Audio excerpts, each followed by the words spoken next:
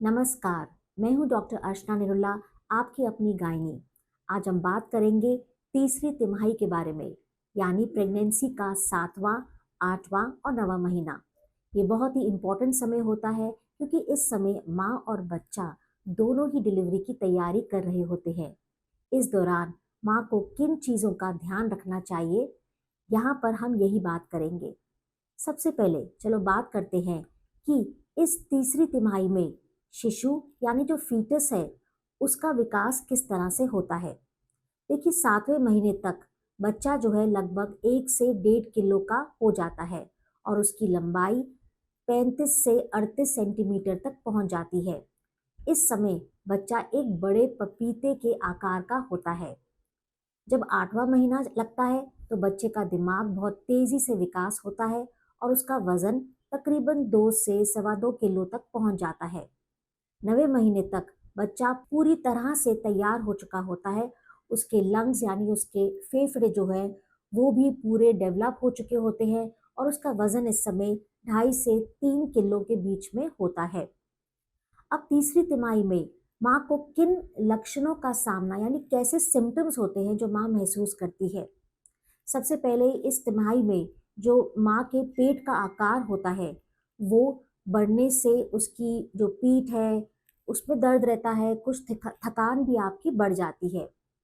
इस समय कई मदर्स को सांस लेने में भी हल्की हल्की तकलीफ महसूस हो सकती है। तीसरी तिमाही का समय होता है फॉल्स लेबर पेन्स भी होती हैं। देखिए फॉल्स लेबर पेन्स जो होती हैं उसको समझना बहुत ही ज़रूरी होता है। इन्हें हम ब्रैक्सटन हिक्स कॉन्ट्रैक्शन कहते हैं और ये फॉल्स इसलिए होती हैं क्योंकि ये हल्की हल्की दर्द होती है जो आराम करने के बाद ख़त्म हो जाती है। समय के साथ इनकी तीव्रता, इनकी इंटेंसिटी नहीं बढ़ती है। जैसे ही आप आराम करेंगे ये दर्द जो है ख़त्म हो जाएगी और ना ये दर्द पेट से होते हुए पैरों की तरफ जाएगी। ये केवल पेट के निचले हिस्से में ही आपको महसूस होगी। इसलिए आपको इस समय इस बात का ध्यान रखना है कि ये असली लेबर पेन नहीं है, ये फॉल्स लेबर पेन है। इसके अलावा तीसरी तिमाही में कई बारी कुछ माँओं को पैरों में सूजन आ जाती है, कई बारी बार-बार पेशाब आने की फीलिंग रहती है और कई बारी जो छाती है उसके बीचों-बीच आपको जलन भी महसूस हो सकती है, जिसे हम हार्टबर्न कहते हैं। ये सब बहुत ही कॉमन सिम्पटम है तीसरी तिमाही के, लेकिन अगर आपको यहाँ ध्यान देना है कि अगर आपको जो दर्द है वो तेज़ हो जाए, उसके साथ-साथ आपको ब्लीडिंग हो या बच्चे की मूवमेंट अचानक से कम लगे, तो आपको अपने तुरंत डॉक्टर से संपर्क करना चाहिए। तीसरी तिमाही में माँ को अपनी दिनचर्या में कुछ खास बातों का ध्यान रखना चाहिए। जैसे सबसे पहले है डाइट और डाइट में प्रोटीन। प्रोटीन की जो मात्रा है वो डाइट में भरपूर होनी चाहिए, जैसे कि दाल, चना, राजमा, पनीर, अंडा या चिकन। प्रोटीन से क्या होता है? प्रोटीन से बच्चे की जो ग्रोथ है और माँ की ताकत दोनों ही बनी रहती है। इसके अलावा आपको तीसरी तिमाही में हल्की-फुल्की वॉक करनी ज़रूरी है और अगर आपके डॉक्टर आपको परमिशन दे, तो आप प्रेगनेंसी योगा भी ट्राई कर सकते हैं। इससे आपकी पीठ का जो दर्द है, वो भी कम हो जाएगा और नॉर्मल डिलीवरी की तैयारी में भी मदद होती है। कोई भी नई एक्सरसाइज करने से पहले अपने डॉक्टर की सलाह ज़रूर ले लें। अब तीसरी तिमाही में एक और बहुत इम्पोर्टेंट टिप मैं आपको देना चाहती हूँ और वो है लेफ्ट साइड स्लीपिंग, यानी उल्टे हाथ पे करवट लेकर सोना। हमेशा कोशिश करें कि आप उल्टे हाथ पे करवट लेकर ही लेटें। इससे बच्चे तक खून और ऑक्सीजन दोनों की सप्लाई जो है वो बेहतर रहती है और माँ की किडनी भी अच्छे से काम करती है। बहुत सी महिलाएं हमसे पूछती हैं कि मैम प्रेगनेंसी में तीसरी तिमाही में मुझे ब्रा पहननी चाहिए कि नहीं।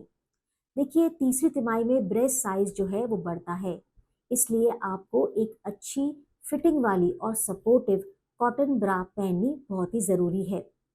इससे भी आपकी पीठ दर्द और डिस्कम्फर्ट जो है वो आपको कम होगा। अगर आपको बहुत टाइट लग रही है तो कभी-कभी आराम के लिए आप बिना ब्रा भी रह सकते हैं।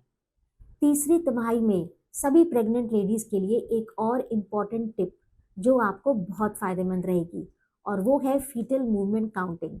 यानी बच्चे की मूवमेंट को आप कैसे काउंट कर सकते हैं। देखिए, हर दिन बच्चे की मूवमेंट्स जो है उस पर ध्यान देना ज़रूरी भी होता है। इसके लिए आपको क्या करना है?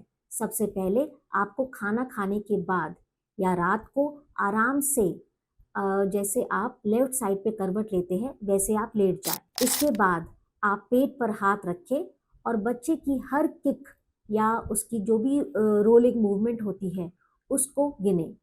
अगर आप तकरीबन 1 या 1.5 घंटे काउंट करेंगे तो बच्चा कम से कम 8 या 10 बार अच्छे से मूवमेंट लेगा। और अगर ऐसा नहीं होता है, मूवमेंट्स कम रहती है, तो आप अपने डॉक्टर से बात कर सकते हैं। चलिए अब बात करते हैं कि तीसरी तिमाही में हर प्रेग्नेंट लेडी को कौन सी ज़रूरी जांचें और चेकअप जो है कराने चाहिए। सबसे पहले आपको अपना हीमोग्लोबिन लेवल और शुगर ये दोनों ही टेस्ट करवाने चाहिए। कई बारी इस समय आपका हीमोग्लोबिन भी कम हो सकता है या आपकी शुगर बढ़ सकती है। इसके अलावा हर तिमाही में हमेशा हर माँ का ब्लड प्रेशर और वज़न ज़रूर लेते हैं। इससे हमें माँ की जनरल हेल्थ के बारे में मालूम पड़ता रहता है। इसके बाद हम और क्या टेस्ट करवाते हैं? हम कराते हैं यूरिन की जांच। यूरिन की जांच हमें बताती है कि माँ के अंदर कोई पेशाब में इन्फेक्शन तो नहीं हो रहा है।